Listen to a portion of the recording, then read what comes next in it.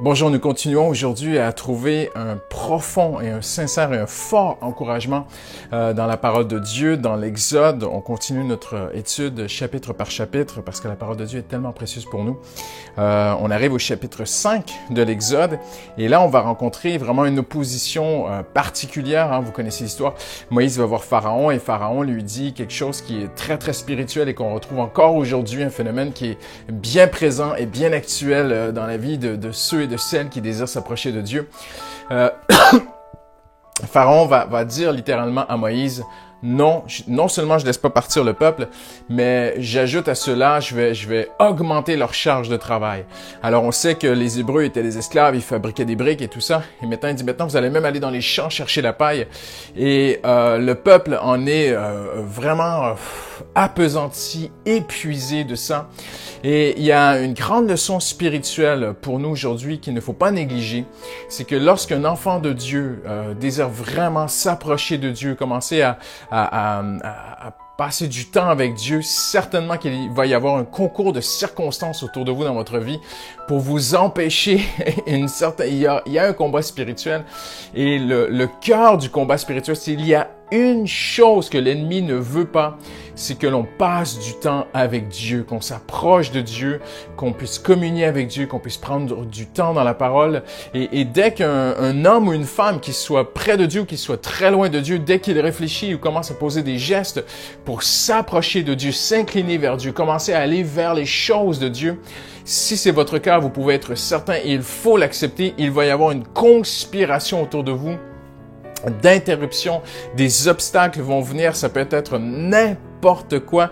Ici, c'est Pharaon qui augmente la charge et c'est tellement prophétique pour moi, c'est tellement... on sait que l'Ancien Testament, c'était l'ombre des choses à venir. On voit ici que vraiment, il y a un combat spirituel. Si vous voulez vous approcher de Dieu, si tu veux t'approcher de Dieu, il va y avoir une opposition. Quelque chose va arriver.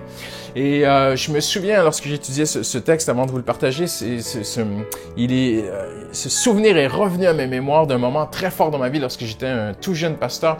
Je débutais et j'étais à plein temps et j'étais vraiment dans l'activisme. Je courais partout, je faisais tout et ma vie de prière était négligée, ma communion avec Dieu était négligée.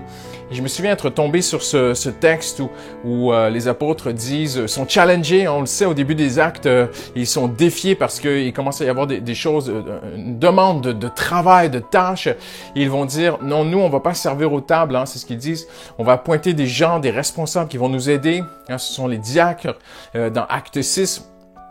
Mais nous persévérerons, nous continuerons dans le ministère de la parole et de la prière et l'importance de chercher la face de Dieu. On sait aussi que on va le voir plus loin, dans Exode 18, c'est ce que Jéthro dit à Moïse.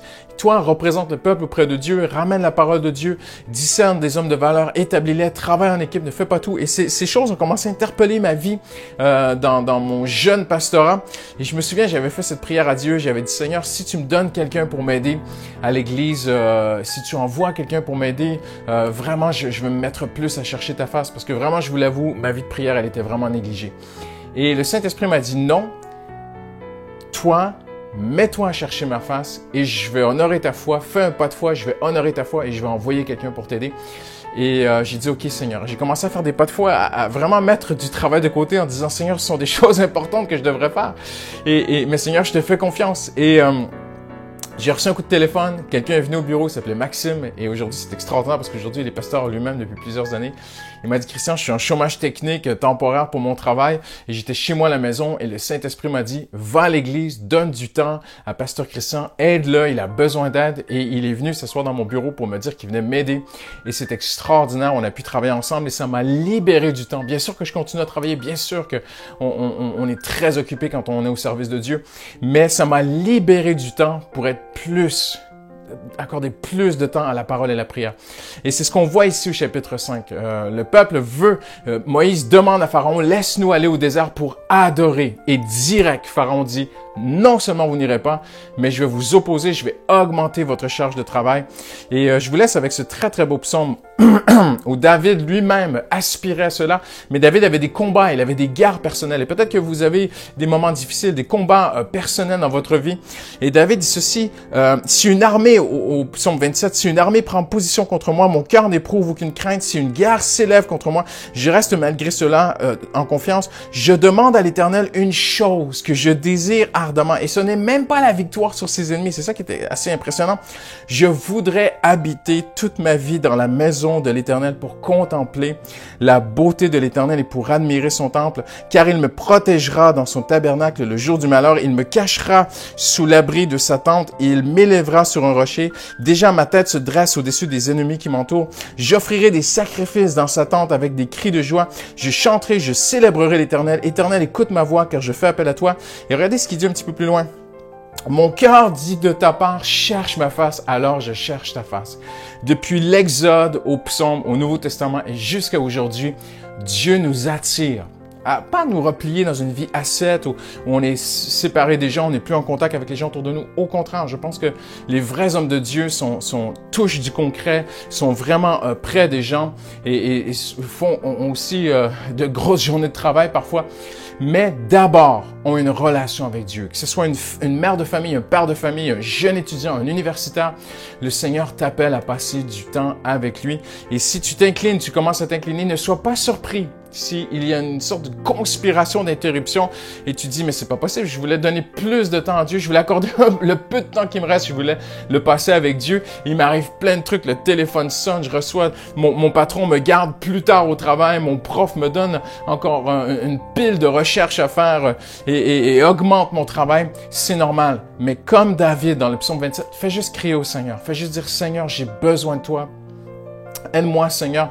Et croyez-moi, un auteur que j'aime beaucoup, Rice, qui a écrit un très, très beau livre sur certains attributs de Dieu, explique à quel point Dieu désire jalousement cette relation avec Dieu. Et lorsqu'il entend le cri d'un de ses enfants qui dit, Seigneur, libère-moi de mes ennemis parce que je veux être plus en communion avec Dieu, Dieu vient. C'est vraiment une prière qui touche le cœur de Dieu. Alors, si tu veux aujourd'hui vraiment grandir dans cette relation, dans cette communion avec Dieu, eh bien, ne sois pas surpris si Pharaon se lève, s'il y a des choses qui viennent contre toi, qui essaient de t'opposer à t'approcher de Dieu, c'est normal. Crie à Dieu, fais-lui confiance et tu verras, le Seigneur va faire ce qu'on appelle un breakthrough. Le Seigneur va te donner une percée, va t'aider à te libérer du temps pour passer du temps avec lui et puisse notre cœur vibrer comme le cœur de David en disant, Seigneur, j'ai des combats autour de moi, il y a des armées, mais mon cœur est pas là, mon cœur est à passer du temps avec toi. Et Seigneur, moi, j'aimerais être dans la maison de Dieu. Aujourd'hui, il n'est pas question de passer notre semaine ou notre journée à l'église physiquement. Non, la maison de Dieu, elle est dans notre cœur. Je peux être en communion avec Dieu même pendant que je travaille. Je peux être en communion avec Dieu même pendant que je suis avec des gens sur la rue, dans le métro, partout, RER, ma voiture, à l'école. Il est possible par la foi d'être en communion avec Dieu partout où nous sommes. Je vous souhaite une excellente journée et on continue cette étude bientôt.